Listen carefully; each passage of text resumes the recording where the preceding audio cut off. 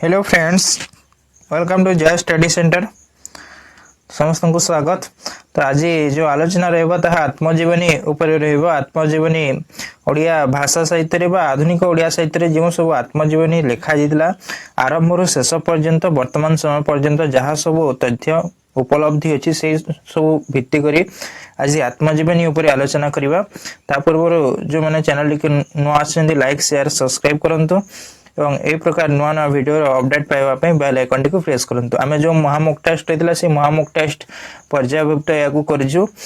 बारंबार गोटे गोटे रिक्वेस्ट आसला जेपरि भ्रमण साहित्य ऊपर कहा जितला सेटा मु आलोचना करि सारी छी। केंद्र साहित्य एकेडमी कथा कहा जितला ता मध्ये मु आलोचना आगरु करि सारी छी एवं आत्मजीवनी समालोचना साहित्य एवं रम्य रचना कथा कहा जाइछि। तो से दृष्टिकोण रु आज मु आलोचना को आत्मजीवनी को आनी छी। तो आत्मजीवनी कोन आत्मजीवनी रचना फकीरमोहन सेनापति ही आरंभ होता बोली अनुमान करा जे तांका आगर कई रचना करथिले सत्वे ताहा संपूर्ण नुहे। तो से दृष्टिकोण आमे देखिबा एजावत ओडिया भाषा साहित्य रे आत्मप्रकाश करिथिबा आत्मजीवनी मैं देखिबा। प्रथम रो मु एठरे संपूर्ण आत्मजीवनी रो विवरणी मु प्रदान करिवि जोटा कि आपण माने वीडियो को आरंभ रु शेष पर्यंत देखंतु जो सब आत्मजीवनी अछि से सब विषय जानि जिवे। तो फास्ट आरंभ करबा वीडियो टी जोटा रहउछि आत्मजीवनी कोन अर्थात निज जीवन रो जहा सब कहानी रहउछि ताकू सब वर्णना करबा होछि आत्मजीवनी।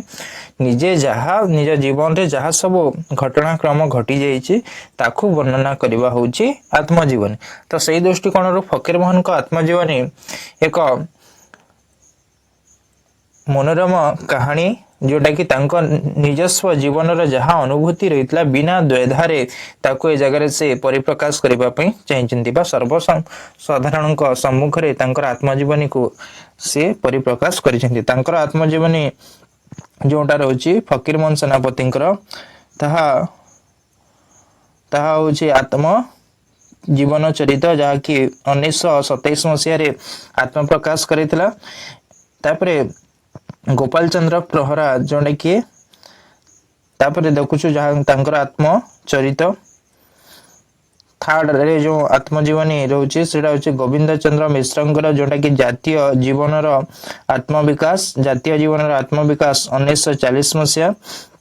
तापरे 4 नंबर रे आछे डॉक्टर हरिकृष्ण महताब जो आत्मकहानी रही आत्मजीवनी जोटा कि साधनार पथे जहाँ ओडिया संग्राम इतिहास बा ओडिया संग्राम रो इतिहास कथा से जगह कहा जाय पारे तत्कालीन समय जोटा कि 1949 मसीहा रे आत्मप्रकाश करथिला जोटा कि स्वाधीनता संग्राम कथा हो।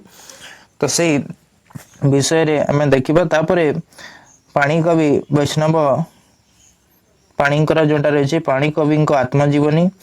तापरे जगुचु 6 नंबर रे गोदावरी मिश्रंकर अर्ध शताब्दी रे ओडिशा और तहिरे मो स्थान जोटा कि 1958 आत्मप्रकाश करितला।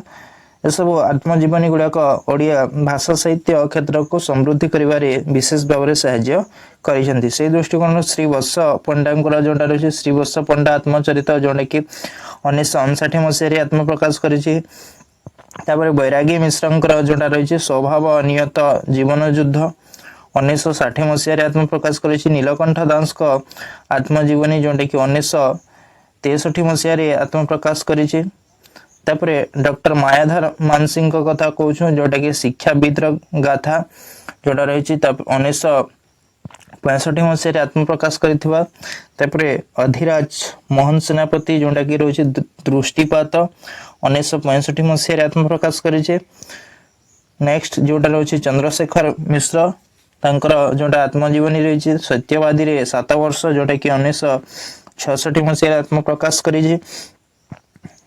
परवर्ती पर्याय को जीवा जो आत्मजीवनी गुड़िक रही नेक्स्ट भारत चंद्र नायक जोटा रही मो पूर्व स्मृति कथा जोटा कि 1966 मसीह आत्मप्रकाश करिथिबा आत्मकहानी। तापरे लक्ष्मी नारायण साहूंकर जो मो बारबुला जीवनी 1966 मसीह।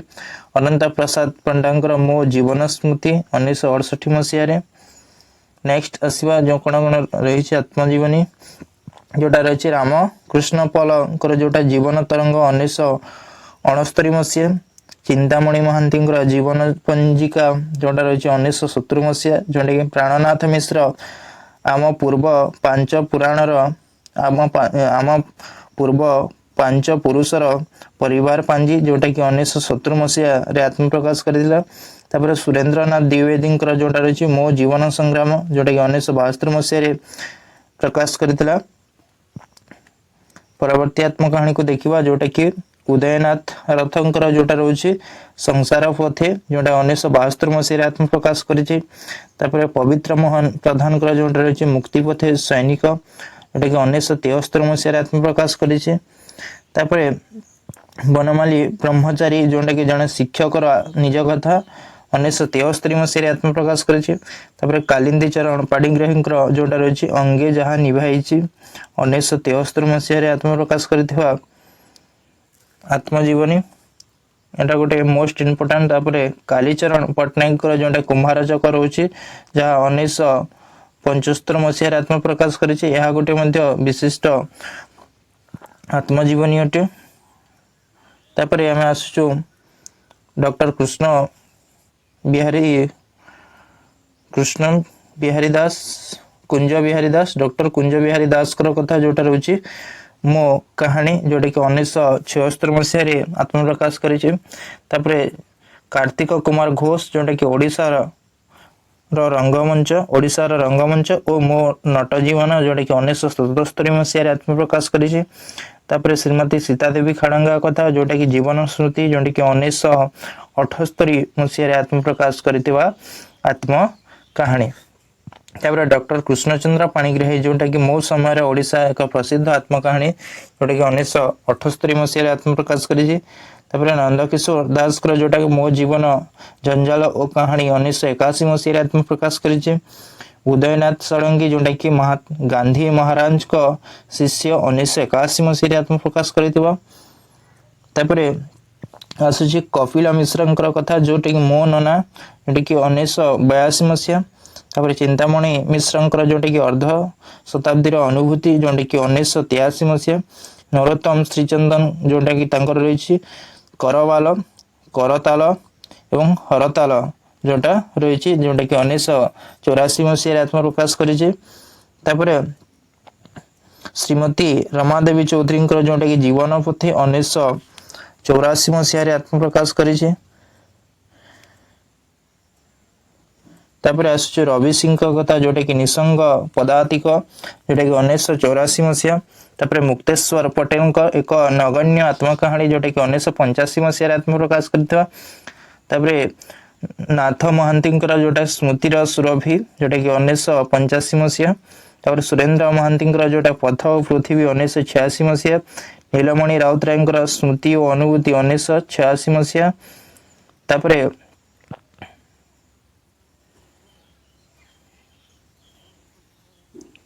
रही हरे कृष्ण महताम जोटा कि आरब सागर चिलिका 1987 मसीहा। तापर नीलमणि सेनापति जोटा रही मो कहानी। एपरी भाव में ओडिया भाषा साहित्य आत्मजीवनी रचना करा देखा पाइथिला। तो ये सब आत्मकाहानी आम देखिला। तो अति स्वल्प परिमाण रे आत्मजीवनी लेखा ताहा गुणात्मक दृष्टिकोण गुरुत्वपूर्ण अटे एवं ओडिया भाषा साहित्य विकास साधन रे आत्मजीवनी भूमिका विशेष भाव में गुरुत्वपूर्ण। आज आलोचना को एठी परिसमाप्ति करबा। परवर्ती आलोचना रे अन्य कोनोसी विषय को लेके आसीबा। सेति पर्यंत अपेक्षा करंतु। धन्यवाद।